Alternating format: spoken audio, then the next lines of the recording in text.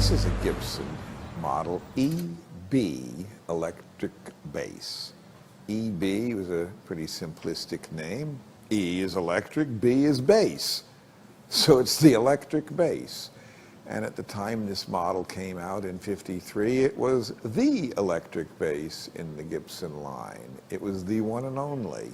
It may look a bit like a Hofner bass as far as the violin body shape, but this came out well before Hofner did theirs. Theirs was probably influenced by this. Theirs was hollow. This is solid. It has painted on imitation F-holes. It has painted on imitation edge trim, purfling like an upright bass or a violin. Same on the back for the painted on. This has belt buckle wear. They came with interchangeable two end pins that would screw in. The other one being an extension telescoping one so you could play it like an upright bass, but fretted. But this is set up, as most were, to be played with a strap, the way we commonly think of as an electric bass. It has banjo-style Clouson tuners, which are original. And this particular one has had the pick guard removed, but it did have a single-ply brown plastic guard. It's a mahogany neck and body with a walnut-stained finish, a big single-coil pickup in the neck position, Brazilian rosewood fingerboard, and historically an important instrument since it was Gibson's first electric bass. Not quite as early as the Fender Precision bass. Fender's Precision bass came out in 1951.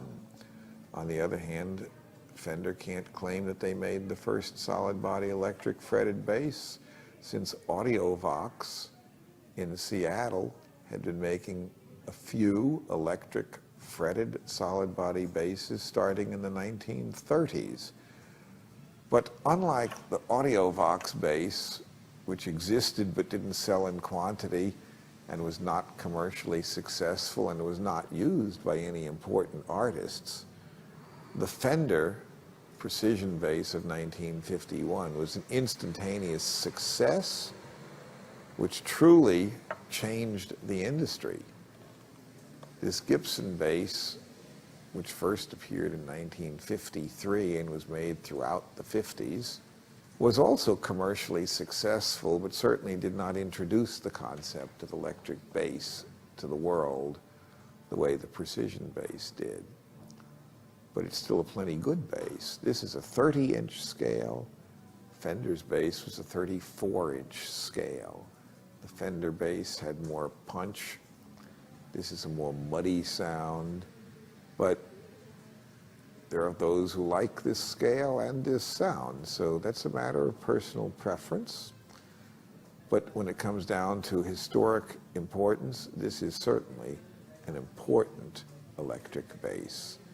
This again is a 1956 EB, but the model was first introduced in '53.